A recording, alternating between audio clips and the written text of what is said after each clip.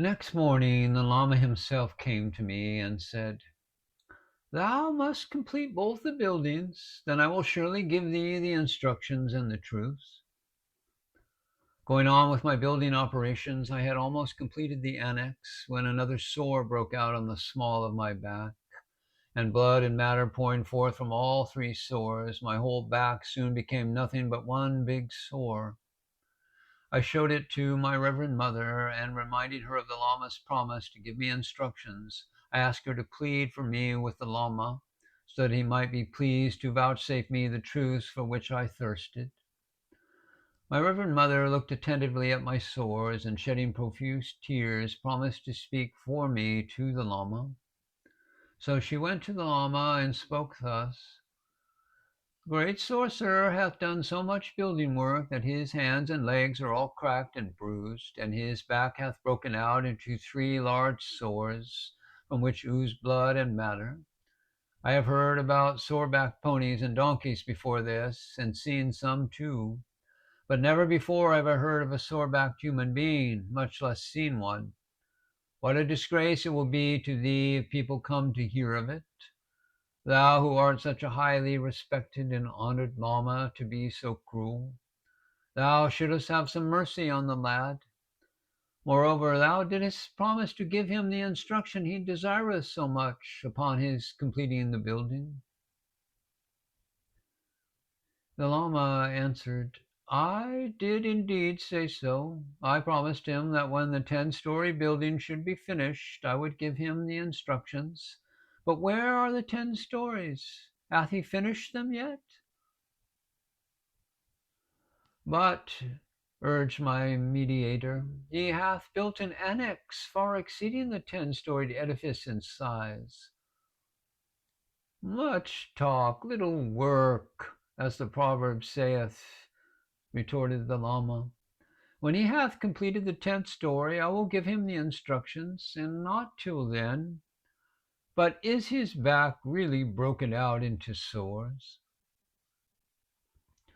"O reverend father, thy being so despotic preventeth thy seeing it. Otherwise thou couldst not but have noticed that not only hath he a sore back, but that his whole back is nothing else but one big sore." This said in her severest manner, the Lama's lady hurried away from him.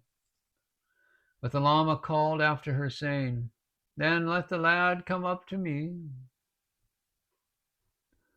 Accordingly, I went in to see him, greatly hoping that I was at last to be given the instructions. But instead, he only ordered me to show him my sore back.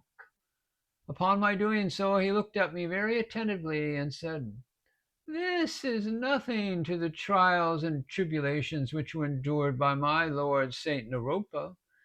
He had to undergo in his own body 12 greater and 12 lesser trials, making 24 in all. I myself did not spare my wealth or consider my body's safety, but sacrificing both ungrudgingly, followed and served my teacher Naropa. If thou art really in search of the truth, do not boast so about thy services, but continue waiting patiently and working steadily till thy building task is entirely finished." Once more my hopes were dashed to the ground. The Lama then, putting his robe in the shape of a pad, showed me how ponies and donkeys are padded when any of them getteth a sore back, and advised me to do the same for myself. When I asked him of what use a pad was when the whole of the back was more sore, he coolly told me that it would prevent the earth getting into the sore and making it worse, and added that I was able to go on carrying clay and stones.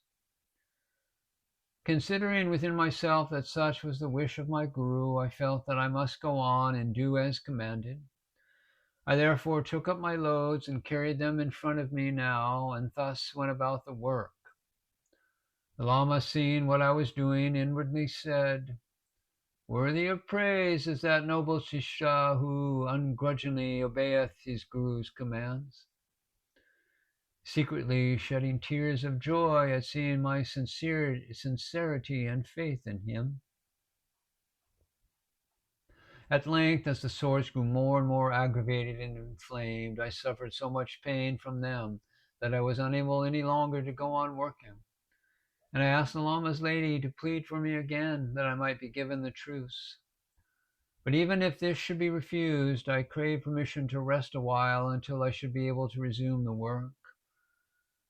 She did so, but the Lama only said, "Teaching or instructions he cannot have until he hath finished the buildings, but rest he may if he be unable to work, since this cannot be helped. In any case, let him do as much work as possible for him to do." Whereupon my Reverend Mother allowed me to rest and get my sores healed. When they were partly cured, the Lama, making no mention of instructions whatsoever, said to me, "Great sorcerer, thou hadst better resume thy building work and get on with it quickly." I was on the point of doing as bidden when my Reverend Mother said privily, "Let us do something that will make him give thee the teachings." After she and I had consulted together, we decided that I should sally forth with all my worldly goods and books and so forth, together with a small bag of barley flour tied on my back, and that thereupon I should say to her, "Oh, let me go," at a spot on the road where I should be visible and audible to the Lama from where he habitually sat. This was to be by way of pretending that I was going away, while she was to detain me, saying, "Do not go away, do not go away. I will do mine utmost to get the instructions for thee." When this little play was thus enacted within the range of the Lama's eyes and ears, he called Demima, that is his wife, and means one without egotism, "What comedy is this ye two are acting?" His lady replied, "Great sorcerer saith that he hath come from a far distant country, trusting to obtain from thee, his guru, a knowledge of the saving truths. However, instead of obtaining them, he hath only incurred thy displeasure, and procured himself a number of beatings. And now, fearing lest he die without having learned the truths, he wishes to go elsewhere in quest of them. And I am assuring him that I will do mine utmost to obtain the truths for him, and I am trying to detain him." "I see," said the Lama, and down he came from his seat, and giving me several blows, cried, "When first thou didst come to me, didst thou not offer me thine entire self, body, speech, and mind? Where dost thou wish to go now?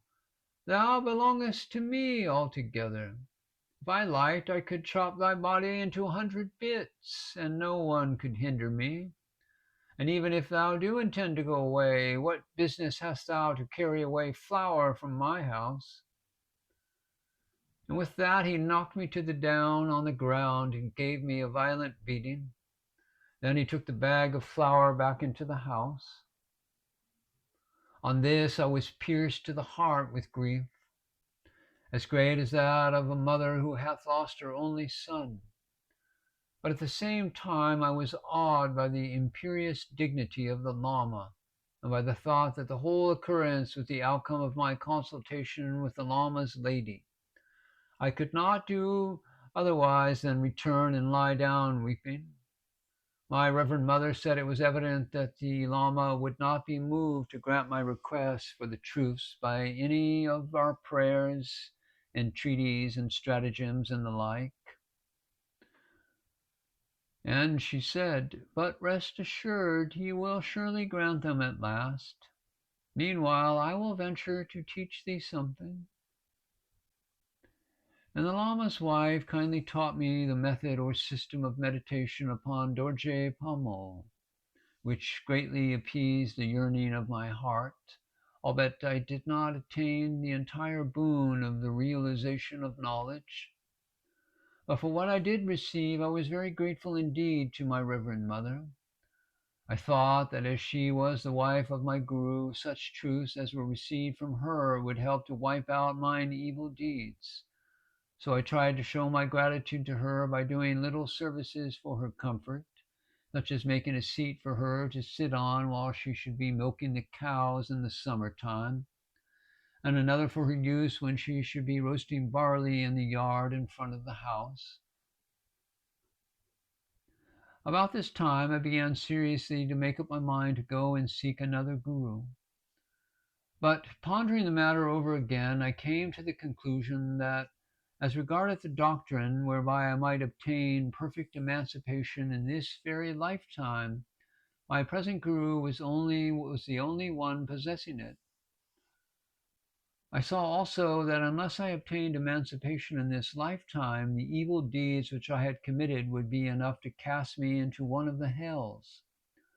Thus I resolved to do mine utmost to emulate Naropa in his severe trials and endurance, as well as in his unwearied perseverance in search of the saving truth, and thus to secure mine emancipation. So minded, I went on with my building work, stacking stones and heaping up earth with which to make mud. Then came Godan Chudar of Zoom, bringing valuable presents and accompanied by a large retinue to receive the grand initiation into the mala or rite of the Gepa Dorje. Thereupon the Lama's lady spoke to me, saying, "If the Reverend Father is still dissatisfied with the great devotion and obedience thou hast shown in building these houses single-handed, and must have some pecuniary offerings as his initiation fee, let us give him something in order to make sure of thy participating in this initiation ceremony at all events. Offer him this and take the initiation, and if he demurs, I will add my prayers to thine." So saying, she put in my hands a valuable turquoise of a deep blue shade, which was her own personal property. I went then, and offering it as mine initiation fee, took my seat among those who were going to participate in the ceremony. The Lama took the turquoise, and turning it over and over and examining it carefully, at length said to me, "Great sorcerer, how did thou come to this turquoise?" I replied, "The Reverend Mother gave it to me." He smiled and said, "Call Demima here." When the Reverend Mother had come, he said, "Demima, how did we get this turquoise?" She prostrated herself several times before him and answered, "Reverend Father, this turquoise is in no way our common property. It is a special piece of private property given to me by my parents upon our marriage. Seeing that thy reverence was rather short-tempered, it was feared that we might fall out.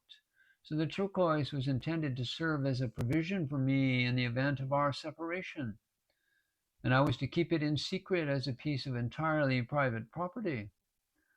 But noting how eager this poor boy is to obtain the doctrine, I could not help producing it and giving it to him. Please accept this turquoise and grant him the initiation. He has suffered much agony of mind from having been turned out of the sacred circle several times already. Permit me then to pray that thou wilt have mercy on him. And ye too, my sons, Godam, and ye others, I request you in this to add your prayers to mine." Having finished, she again prostrated herself several times before the Lama.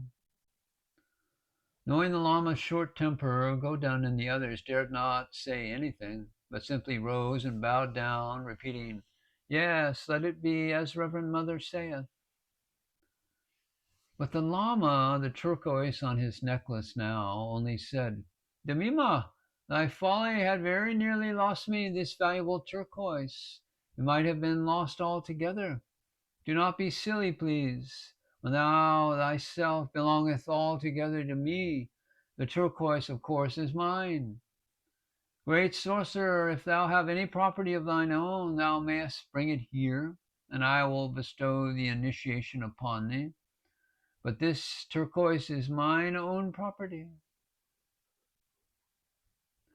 Seeing that the Reverend Mother had made him an offering of the valuable turquoise, I thought that perhaps he might be softened into allowing me to share in the initiation, so I stayed on for a little time. At this, the Lama lost his temper and, rising apparently in fierce anger, shouted, "Thou impertinent fellow, why dost thou not get out when I tell thee? What right hast thou to remain in my presence?" Thereupon, with stunning force, he felled me to the ground, face downward. Then, picking me up, he threw me down again on my back with great violence. He was next taking me up his stick to beat me when Godun intervened and caught him. Meanwhile, in mine extreme terror, I jumped out of a window, which made the Lama anxious, though he still pretended to be angry. The leap did me no harm, but I was so grieved and hurt at heart that I resolved to kill myself. But again my Reverend Mother came to me, bringing me solace and saying, "Great sorcerer, do not take it so much to heart. There cannot be anywhere a dearer, more faithful pupil than thyself. If after all thou shalt have to go and look for another guru, I will help thee myself with the necessary presents and means for thine expenses." Thus she sought to console me, remaining with me and weeping through the entire night, neglecting entirely her duty to be present and assist at the Lama's evening devotions.